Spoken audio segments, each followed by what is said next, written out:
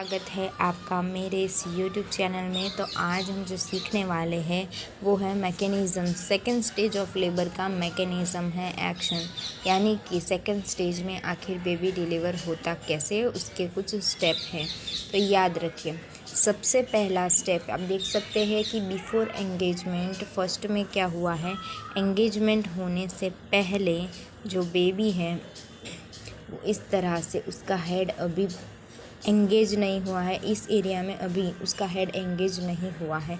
तो ये before engage का इमेज है। उसके बाद हम देखेंगे कि उसका जो सिर है वो यहाँ पे पेल्विस में एंगेज हो गया है, यानी कि एंटर हो गया है। अगर पेल्विस में अगर जो हेड है वो अगर एंटर हो गया है तो उसको हम बोल सकते हैं एंगेजमेंट। एंगेजमेंट हुआ है, उसके बाद होगा फ्लेक्शन, क्योंकि हेड इधर से अभी बाहर आने का ट्राई कर रहा है लेकिन बाहर नहीं आया है, तो उसकी फुल बॉडी जो है वो फ्लेक्शन मोड में आ जाएगी। उसके बाद वो धीरे धीरे नीचे आ रहा है, जिसको हम डिसेंट बोल सकते हैं। धीरे धीरे नीचे आता है, डिसेंड होने लगता है और फिर वो रोटेट होता है, रोटेशन, यानी कि वो एंटेरियर पोस्टीरियर पोजीशन में आता है। और उस पोजीशन में फिर कंप्लीट रोटेशन होने के बाद वो एक्सटेंशन होने की बिल्कुल नज़दीक होता है और उसके बाद हो जाता है कंप्लीट एक्सटेंशन।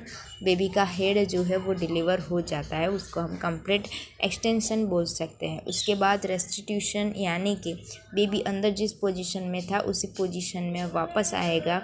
और उसके बाद आगे वाले शोल्डर की डिलीवरी होगी जो एंटीरियर साइड है, यानी कि एंटीरियर शोल्डर डिलीवरी, और उसके बाद पोस्टीरियर शोल्डर डिलीवरी होगी। इस तरह से बेबी की डिलीवरी हो जाएगी।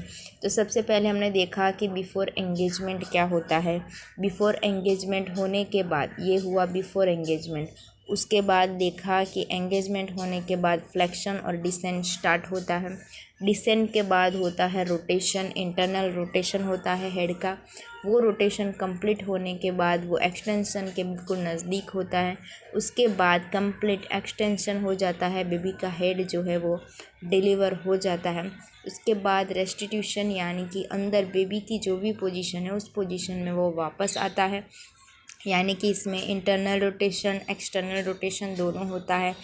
एक्सटर्नल रोटेशन ऑफ हेड और इंटरनल रोटेशन ऑफ शोल्डर होता है।